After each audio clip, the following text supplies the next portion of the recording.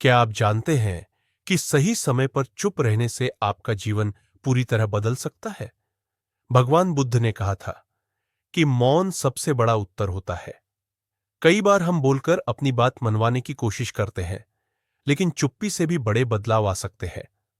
आज हम उन 10 स्थितियों के बारे में बात करेंगे जब चुप रहना ही सबसे बेहतर विकल्प होता है। एक, जब आप गुस्से में हो, गुस्से में कही गई बातें अक्सर हमें बाद में पछताने पर मजबूर कर देती है। जब हम गुस्से में होते हैं तो हमारा दिमाग ठीक से काम नहीं करता और हम ऐसा कुछ कह जाते हैं जो हमें नहीं कहना चाहिए। इसलिए जब भी आपको गुस्सा आए तो चुप रहे, क्योंकि गुस्से में बोले गए शब्द आग की तरह होते हैं। पहले हमें जलाते हैं, फिर दूसरों को। दो, जब कोई आपकी आलोचना कर रहा हो, अगर कोई आपको बार बार नीचा दिखाने की कोशिश कर रहा है, तो सबसे अच्छा जवाब है मौन। भगवान बुद्ध ने कहा था, अगर कोई तुम्हें अपशब्द कहे और तुम उसे स्वीकार न करो, तो वे शब्द उसी के पास रह जाते हैं। इसलिए अगर कोई आपकी आलोचना करे, तो चुप रहकर जवाब दें। L3, जब कोई आपको गलत समझ रहा हो, अक्सर हम गलत फहमियों को दूर करने के लिए सफाई देने की कोशिश करते हैं, लेकिन कई बार लोग हमें फिर भी नहीं समझते। ऐसे समय में हमें शब्दों से नहीं, बल्कि अपने कर्मों से जवाब देना चाहिए। समय के साथ सच्चाई खुद ब खुद सामने आ जाती है। 4, जब आप किसी के दुख को नहीं समझते, जब कोई दुखी होता है, तो उसे उपदेश देने की जरूरत नहीं होती, बल्कि बस चुपचाप उसकी बातें सुनना ही सबसे बड़ी मदद होती है। मौन ही असली सहानुभूति है। 5, जब कोई अज्ञानता में बात कर रहा हो, अगर कोई बिना जानकारी के तर्क कर रहा है, तो उससे बहस करने का कोई फायदा नहीं। भगवान बुद्ध कहते हैं, समझदार को तर्क की जरूरत नहीं होती और अज्ञानी के लिए तर्क का कोई अर्थ नहीं। इसलिए ऐसी परिस्थितियों में चुप रहना ही सबसे अच्छा है। 6, जब कोई व्यर्थ की बहस कर रहा हो, कुछ बहसें कभी खत्म नहीं होती, जैसे कि राजनीति, धर्म और व्यक्तिगत पसंद नापसंद। ऐसी व्यर्थ की बहसों में न उलझें, क्योंकि इससे केवल समय और ऊर्जा की बर्बादी होती है। 7, जब आप किसी के कड़वे शब्दों से आहत हो, अगर कोई आपको अपशब्द कहता है, तो जवाब देने से पहले सोचिए, क्या वाकई इसका कोई फायदा होगा?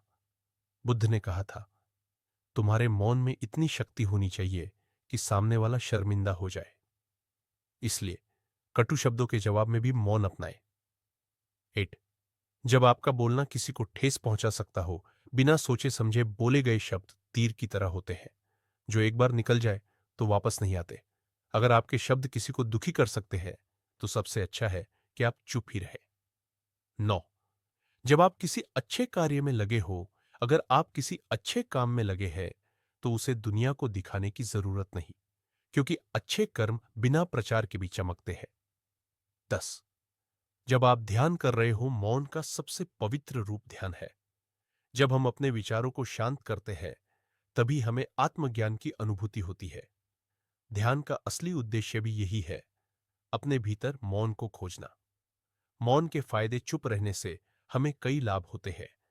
आत्म संयम बढ़ता है, मानसिक शांति मिलती है, रिश्ते बेहतर होते हैं, व्यर्थ की बहसों से बचाव होता है, ऊर्जा बचती है। अगर हम ज्यादा बोलते हैं, तो यह हमारे लिए नुकसानदायक हो सकता है। अधिक बोलने के नुकसान, अगर हम जरूरत से ज्यादा बोलते हैं, तो हम गलत फहमियों का शिकार हो सकते हैं। हमारा समय बर्बाद होता है, रिश्तों में तनाव बढ़ सकता है, हमारा मानसिक तनाव बढ़ सकता है। इसलिए जहां जरूरत हो, अगर हम इन 10 परिस्थितियों में चुप रहना सीख लें, तो हमारा जीवन सरल, शांतिपूर्ण और सुखद बन सकता है। अगर आज का वीडियो आपको पसंद आया हो, तो बिना कुछ बोले अपने मन में हां कहे। 2 सेकंड रुके। अच्छा महसूस हुआ?